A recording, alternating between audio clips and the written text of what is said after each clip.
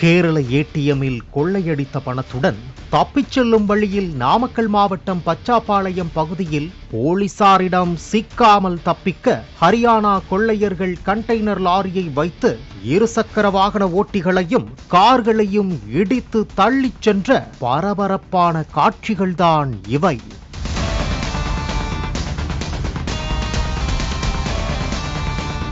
போலீசாரை தாக்கிவிட்டு தப்பிய கொள்ளை கும்பலின் தலைவனாக செயல்பட்ட லாரி ஓட்டுநர் ஜுமாதீன் சுட்டுக் கொல்லப்பட்டார். பணப்பையை தூக்கிக் கொண்டு ஓடிய அசூர் காலில் குண்டு காயம் பட்ட நிலையில் கோவை அரசு மருத்துவமனையில் சிகிச்சைக்காக அனுமதிக்கப்பட்டுள்ளார்.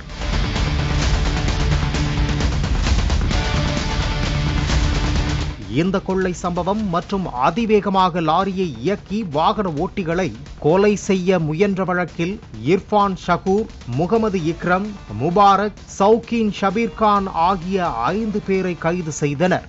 அரசு மருத்துவமனையில் மருத்துவ பரிசோதனைக்கு பின்னர் அவர்களை நீதிமன்றத்தில் ஆஜர்படுத்தினர்.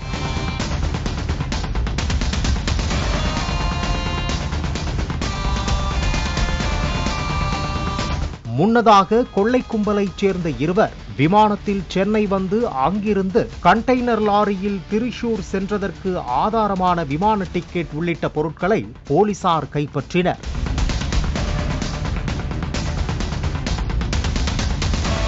இந்த நிலையில் வெள்ளிக்கிழமை காலை 9 மணி அளவில் பச்சாபாளையம் பகுதியில் போலீசார் லாரியை மறித்து பிடிக்க முயலும் போது வாகனங்களை இடித்துவிட்டு கண்டெய்னர் லாரியை கொள்ளை கும்பல் திருப்பிச் சென்ற சிசிடிவி காட்சி வெளியாகியுள்ளது.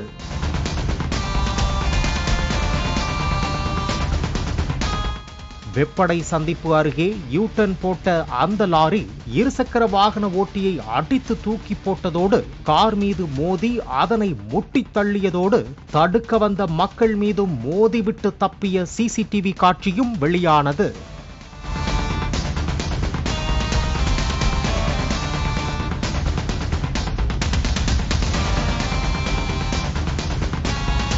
தொடர்ந்து போலீசார் இருசக்கர வாகனங்களில் அந்த லாரியை விரட்டிச் செல்லும் காட்சிகளும் வெளியாகியுள்ளது.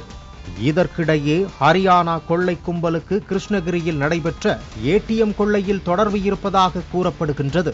அது தொடர்பாக கிருஷ்ணகிரி தனிப்படை போலீசார் விசாரித்து வருகின்றனர். கேரள போலீசார் கொள்ளை கும்பலிடம் விசாரித்த நிலையில் கர்நாடக மற்றும் ஆந்திர போலீசாரும் இங்கு வந்துள்ளனர்.